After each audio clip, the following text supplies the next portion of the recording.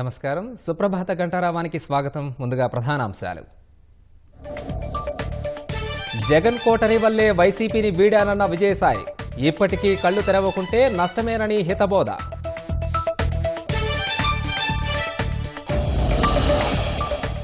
పోసానికి 14 రోజుల రిమాండ్ విధించిన Guntur court.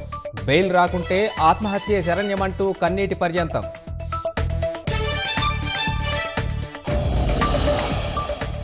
Watchman రంగన్నపై విషప్రయోగం చేశారన్న అనుమానాలు. కీలకం కానున్న ఫోరెన్సిక్ నివేదిక.